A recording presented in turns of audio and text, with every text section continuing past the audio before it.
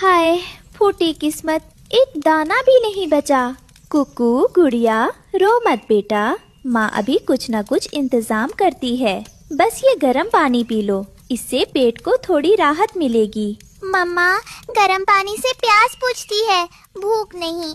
मेरे पेट में चूहे कुश्ती लड़ रहे हैं। क्या आज भी हम भूखे ही सोएंगे? नहीं मेरी लाडो, तू हिम्मत रख। मैं अभी जंगल के दूसरे कोने में जाती हूँ, शायद कहीं कोई अनाज मिल जाए। उड़ते उड़ते रानू जंगल के बाहर एक पुराने खेत में पहुँची। वहाँ फसल तो नहीं थी, पर मिट्टी में एक छोटी सी पोटली दबी हुई थी।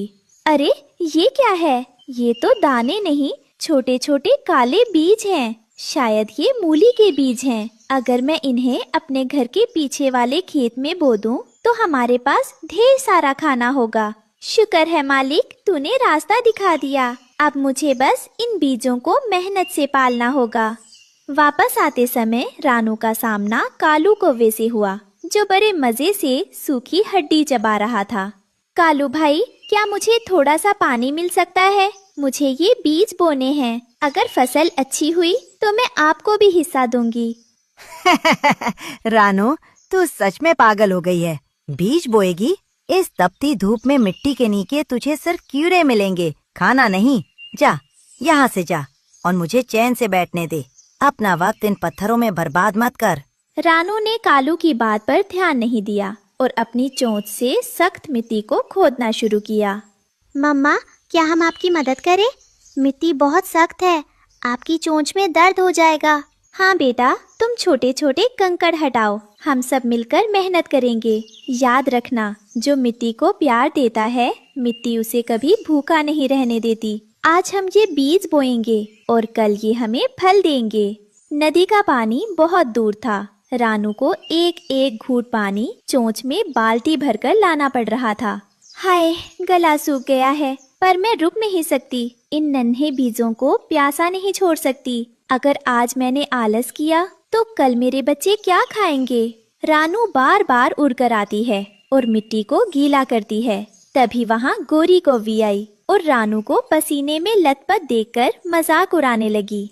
अरे रानू, क्या तूने खेती का ठेका ले लिया है? देख, तेरे पंख कैसे गंदे हो गए हैं। सुंदर दिखना छोड़ दिया क्या? और वैसे भी मूली तो कड़वी होती है, उसे कौन खाएगा? तू बेकार में पसीना बहा रही है। गोरी बहन, भूख कड़वाहट नहीं देखती, और जब अपनी मेहनत की फसल उगती है तो वो शहद से भी मीठी लगती है। तुम बस देखती जाओ। रानू बार बार उड़कर आती है और मिट्टी को गीला करती है। तभी वहाँ गोरी कौवी आई और रानू को पसीने में लथपथ देखकर मजाक उड़ाने लगी। अरे रानू, क्या तूने खेती का ठेका ले लिया है?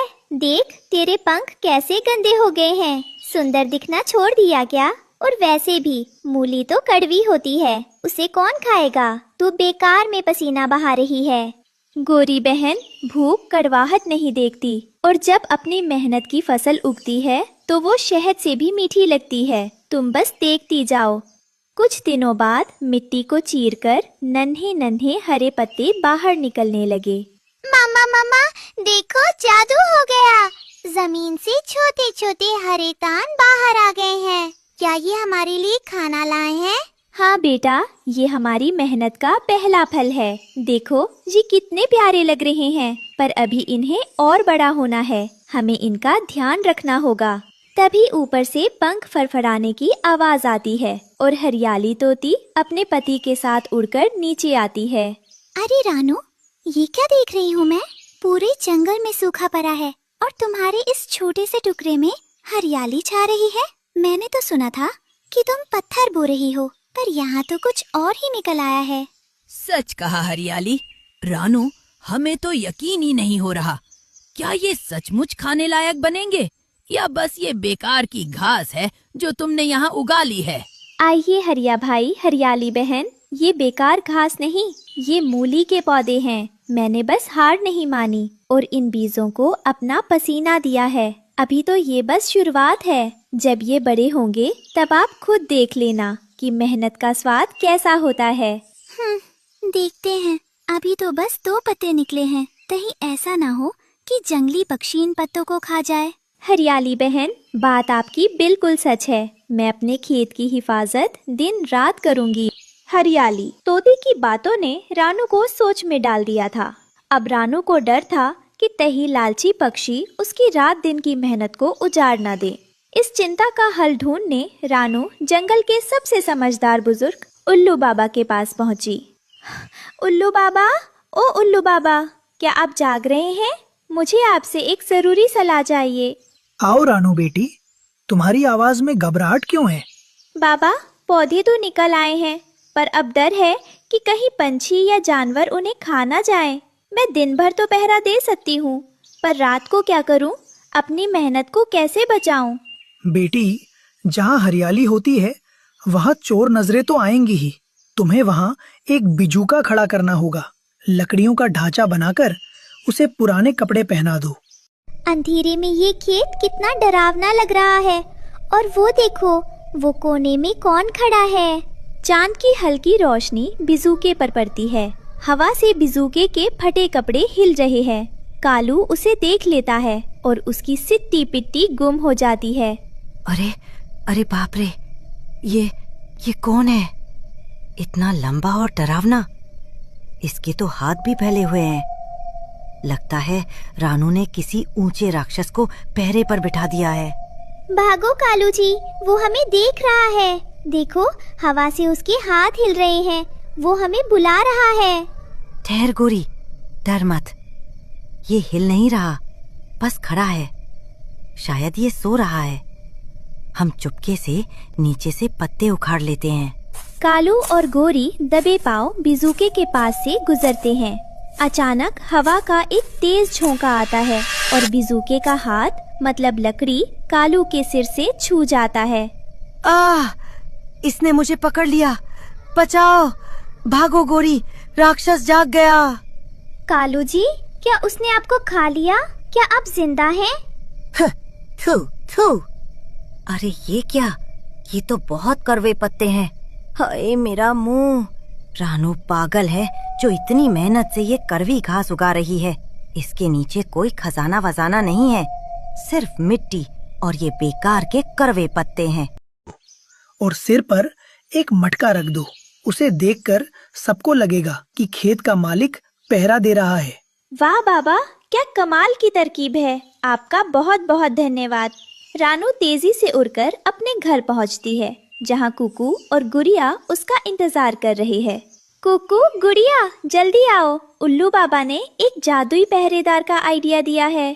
कुकू, तुम जल्दी से 2 मजबूत पुरानी लकड़ियां ढूंढ कर लाओ। और गुड़िया, तुम घर से वो पुराने फटे हुए कपड़े निकालो जो अब किसी काम के नहीं। जादुई पहरेदार? क्या वो हमसे बात करेगा मम्मा? नहीं बेटा, वो बोलेगा नहीं, पर चुप रहकर भी सबको डरा देगा। उसे हम बिजूका कहते हैं। अब रानू और बच्चे खेत के कोने में हैं। वे लकड़ियों को एक्स आकार में बांध रहे थे। मम्मा, मैं इसे इतना डरावना बनाऊंगा कि कोई भी पास आने की हिम्मत नहीं करेगा। यहाँ तक कि कालू चाचा भी इसे दूर से देखेंगे तो डरकर रास्ता बदल लेंगे। देखो, इसके हाथ कैसे फैले हुए हैं। मम्मा देखो, मैंने इसे अपना पुराना लाल स्कार्फ भी पहना दिया है।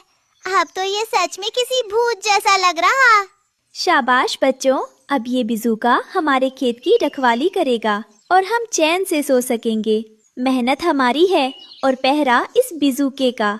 खेत के कोने में खड़ा वो डरावना बिजूका अब रानू की उम्मीदों का रक्षक था।